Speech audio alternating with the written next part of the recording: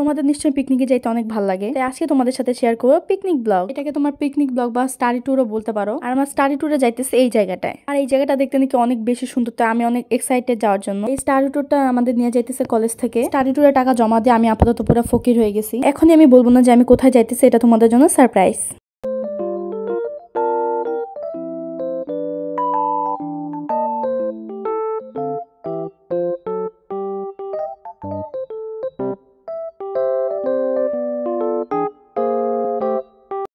আমার এত সুন্দর ঘুমটা ভাঙে আমি উঠছি যে রেডি হবো, তাড়াতাড়ি যেতে বলছে, কারণ আমাদের ওখানে 7টার মধ্যে থাকতে বলছে বের হওয়ার জন্য। তো বাসা থেকে ঠিকই তাড়াতাড়ি গেছে, কিন্তু ওখানে যায় দেখি বের হতে অনেক দেরি হয়ে গেছে। ফার্স্ট আমরা জানতাম না যে আমাদের কই নিয়ে যাওয়া হবে, পরে শুনি যে আমাদের আসলে নিয়ে যাইতেছে একটা রিসর্টে। আর রিসর্টটা দেখতে নাকি অনেক সুন্দর। তো এইভাবে ফ্যামিলিকে রাইখে আমি একা একা কখনো এরকম এত জার্নি করে কোথাও যাই না, এটা আমার সেকেন্ড টাইম। এর আগেও একবার গেছিলাম পিকনিক করতে অন্য জায়গায় সাভারের দিকে, সবকিছু দেখে ভালোই লাগতেছিল। বাসে উঠে হয়তো ভালো লাগবে না, কিন্তু ফ্রেন্ডের সাথে মজা করতে করতে এরকম ভালোই লাগতেছিল। যেহেতু অনেকদিন ধরে গ্রামে যে না, এরকম গাছপালা দেখে আমার অনেক ভালো লাগতেছিল, গ্রাম ফিল আসতেছিল। ভাবছি এরপর হয়তো আরো বেশি গ্রামের দিকটা আসবে, কিন্তু পরে দেখে এরকম করতে করতে আমরা পৌঁছাই যে আর ওরকম ওদিকে এরকম বিল্ডিং টিল্ডিং ছিল, অত বেশি গাছ ছিল না। আমি এখান থেকে যাওয়ার সময় অনেকগুলো গরু ছাগল হাঁস মুরগি দেখছি, আর অনেকগুলো এলিয়নও দেখছি। যে এলিয়ন গুলো দেখতে আমাদের মতোই ছিল। রাস্তার মাঝখানে এত সুন্দর একটা বাড়ি দেখে আমি ভিডিও করে নেই, ভালো এত সুন্দর বাড়ি আমি একা কেন দেখবো, তোমাদের তো দেখা উচিত। আর আজাইরা বাজার পালতে পারতে আমি পৌঁছাই যাই রিসর্টে। ঢুকে দেখে ওখানে একটা ওয়েলকামিং ঝর্ণা ছিল, কি ঝর্ণা জানি না, আমি নাম দিলাম যেহেতু একদম সামনেই ছিল, তাই মনে হলো যে ওয়েলকাম দিতেছে আমাদেরকে। তো এরকম পরিবেশ দেখে তো আমার প্রথমে মনটা পুরো চাঙ্গা হয়ে গেছে। আশপাশটা এত সুন্দর যে আমি তোমাদের কি বলবো। এখানে তাকাই সেখানে দেখি শুধু বাগান আর বাগান, ফুলের বাগান, সবজির বাগান, আরো কত কিছুর বাগান। মনে হইতেছে না যে আমি পিকনিকে আসছি, মনে হইতেছে যে আমি সবজি বাগানে আসছি। আর এখানে জানি এটা কি ছিল, কিন্তু এটার পাশে আবার দেখি কি যে রাজহাঁসের যে ঘর আছে, ওই ঘর টাইপের কিছু একটা। আর চারপাশে শুধু লাল নীল হলুদ সবুজ ফুল আর ফুল। এখানে জায়গায় জায়গায় ছোট ছোট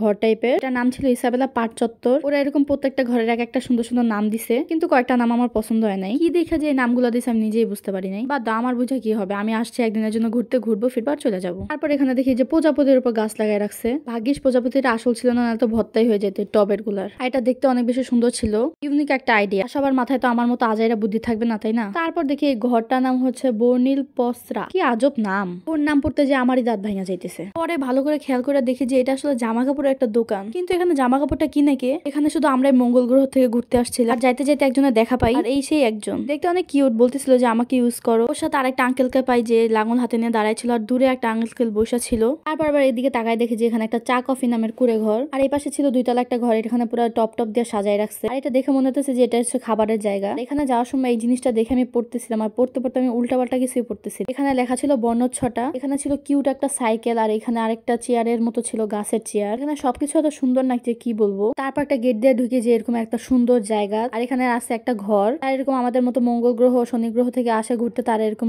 জায়গায় থাকে। তারপর হাঁটতে হাঁটতে চলে যায় এটার কাছে, যে ওইটার ভিতরে আছে কি আছে ওটা তো আমাকে দেখতেই হবে। আর বিকালবেলা এটার ওয়েদারটা অনেক বেশি সুন্দর ছিল। তারপরে হঠাৎ আমার চোখ পড়ে এই দিকটায়, ভাবলাম এটার প্রতি কি না কি হবে, পরে জায়গায় দেখে যে এটা সুইচের আবার ঘরও হয়। বাবারে বাবা, সেখানে ছিল একটা পেতনিদের বট গাছ, আর সেই গাছটার ডালপালা এরকম ছড়াই ছিল সব দিক। এখানে আসতে দেরি হয়েছে, কিন্তু এক একজনের ছবি তুলতে একটু দেরি হয়, একজন মানে ছবি তুলতে না পারলে পুরো মইরাই যাবে। এই পর্যন্ত মনে হয় না আমি যে একটাও ছবি তুলছি। যাইতে যাইতে এই পাশে একটা মাঠ পড়ছিল, আর এখানে আসতেছিলাম আমাদের রুমের দিকে। বাবার বাবা এত বড় বড় সিঁড়ি কিভাবে যাবো, তাও কোনো মতো কষ্ট করে উঠছে। উঠার পর দেখি যে এই পাশে আশেপাশে এরকম জায়গা, আর এটা হলো আমাদের রুম। আবার এই নিচে বসার জায়গাও ছিল। মঙ্গল গ্রহের প্রাণীদের সুইমিং করার জন্য এখানে একটা সুইমিং পুলও ছিল। আর এটার এখানে দেখে তো আমি পুরো পাগলই হয়ে গেছি, দেখতে কতটা সুন্দর। আমি আমার বান্ধবী সবাইকে এখান থেকে উঠাই দিয়ে আমি তারপর ভিডিও করতেছিলাম, যে সরাসরি এখানে ভিডিও করবো, অনেক বেশি সুন্দর জায়গা এটা। তার জন্য ওদেরকে লাথি ঝাঁটা মেরে উঠাই দিচ্ছি। তারপর রুমে এসে তো আমি পুরাই আমাদের এসে দেখি এখানে একটা লাইট লাগাই রাখছে, কেন জানি না। আর চারপাশটা পুরো গ্রামের মতো ক্ষেত খামার দিয়ে ভরা। আশেপাশে এই অবস্থা দেখে আমি তো একটুর জন্য পাগল হওয়া থেকে বাইচে গেছি। এই ভিউটা হচ্ছে বারান্দা দিয়ে দেখা যায়, যেটা দেখতে অনেক বেশি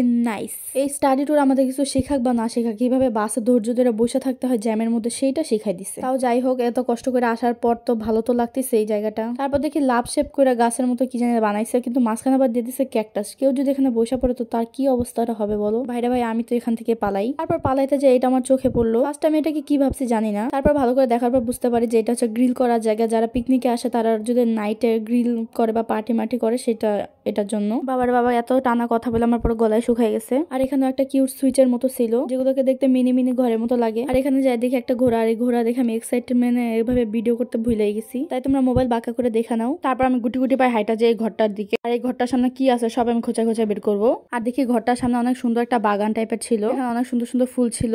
জানি না এই ফুলগুলোর নাম কি, এক একটা নাম চিনি না, আমি যে কি বলতেছি আমি নিজেও জানি না। আর এখানে সূর্য মামাটা আমাদের দিকে সেই রকম ভাবে তাকায় ছিল, যেটার কারণে আমার অনেক গরম লাগতেছিল। আমি এখানে যাওয়ার পর শুধু চারপাশে তাকাইয়ে আছে তো তাকাইয়ে, কারণ এরকম গাছপালাওয়ালা জায়গা তো আমাদের এদিকে নাই, এদিকে শুধু বিল্ডিং আর বিল্ডিং। শহরের মাঝখানে এরকম জায়গা কমই দেখা যায়, কম দেখা যায় কি দেখাই তো যায় না। এখানে গাছগুলো ছিল যে ক্রিসমাস ট্রি যে গাছগুলো ব্যবহার করা হয় ওরকম গাছ ছিল। আবার এখানে একটা আজব গাছ দেখি যেটা দেখতে বেনি করার মতো ছিল। আমরা তো দেখে হাসতেছি যে এরকম বেনি করা গাছ আবার কোত্থেকে আসলো, তো জাতের পাতার গাছ আছে যে আমরা জানিই না। আর এখানে অনেক ইউনিক ইউনিক ফুল গাছ ছিল, আর আমি তো ফুলই চিনি না, ফুল গাছ কিভাবে চিনবো। চিনি কয়েকটা গাঁদা, গোলাপ, শাপলা, এরকম পদ্ম টদ্ম, আর কিছু বেশি চিনি না। আমি ওদেরকে কেন চিনতে যাবো, ওরকে আমাকে চিনে। তারপর দেখি এখানে গাঁদা ফুলগুলো এরকম লুকায় বসে আছে, তো আমি বললাম যে এই যে তোমাদেরকে আমি দেখে ফেলছি। তারপর চলে যায় একটা সুন্দর পেন্টিং এর কাছে, আর এটাও দেখতে অনেক বেশি সুন্দর ছিল। তারপর এখানে আমি ভিডিও করার সময় খেয়ালই করি না যে এখানে আমার হাতই অর্ধেক দেখা যাইতেছে, বাকি কিছুই দেখা যাইতেছে। এখানে বসার জন্য কয়েকটা চেয়ার দিচ্ছে, আর আশেপাশে অনেক ফুল গাছের টপ ছিল। এত ফুল গাছ দেখে মনে হচ্ছে সবাই আমি বাসায় নিয়ে চলে আসি। হাঁটতে হাঁটতে চলে যায় সেই পেটনি গাছটার কাছে, আই মিন বট গাছের কাছে। হাঁটতে হাঁটতে চলে যায় মাঠের কাছে, আর ওখানে ছিল একটা আইসক্রিমের গাড়ি।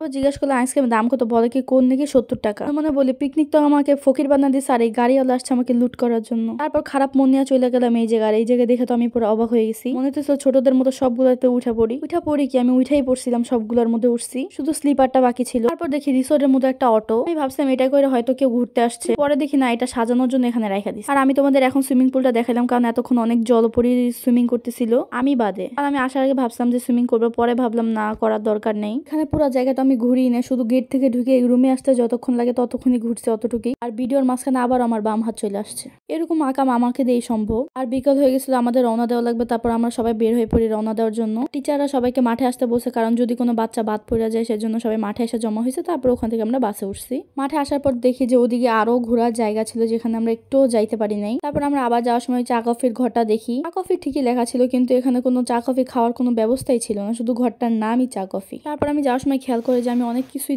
ঢোকার সময় দেখি নাই, যেগুলা মিস হয়ে গেছে আমার চোখের সামনে থেকে মনে হয় হারাই গেছে। আর এই কিউট কার বিড়ালিটাকে তো আমি প্রথমে দেখি না, কিন্তু এখান থেকে কিন্তু আমি হাইটে গেছি, তাহলে বুঝো আমি কত বড় কানা। যেহেতু সুন্দর সুন্দর হয়ে যাইতেছে তাই এখানে লাইট গুলো জ্বালিয়ে দিছিল, কিন্তু আমরা সুন্দর জিনিসগুলো দেখতে পাই না। যদি রাত্রে থাকতে পারতাম তাহলে আমরা দেখতে পারতাম আশেপাশের লাইটিং গুলা। আর তারপর দেখি ইয়া বড় একটা হাতি, বোঝা যায় মানুষের মাথায় কত বুদ্ধি থাকলে এরকম গাছ দিয়ে হাতি বানায় ফেলে। তারপর আমি আশেপাশে সব গাছগুলোকে বলতেছিলাম যে টাটা বাই বা আবার দেখা হবে অন্য কোনো দিন। বাসায় যেতে যেতে পুরো রাত হয়ে যায়, তোমরা চাইলে এখানে ঘুরতে আসতে পারো। জার্নি করতে করতে আমি পুরো ক্লান্ত, তো দেখা হবে আবার অন্য কোনো ভিডিওতে। তোমাদের এরকম আমার আজেরা প্যাচাল শুনতে কার কার ভালো লাগে সেটা কমেন্ট করে জানাও, আর অবশ্যই ফ্যামিলি সহ মঙ্গল গ্রহ থেকে এখানে ঘুরতে আসবা। আর সবাইকে আমার এই আজেরা ব্লগ দেখার জন্য ধন্যবাদ, বাই।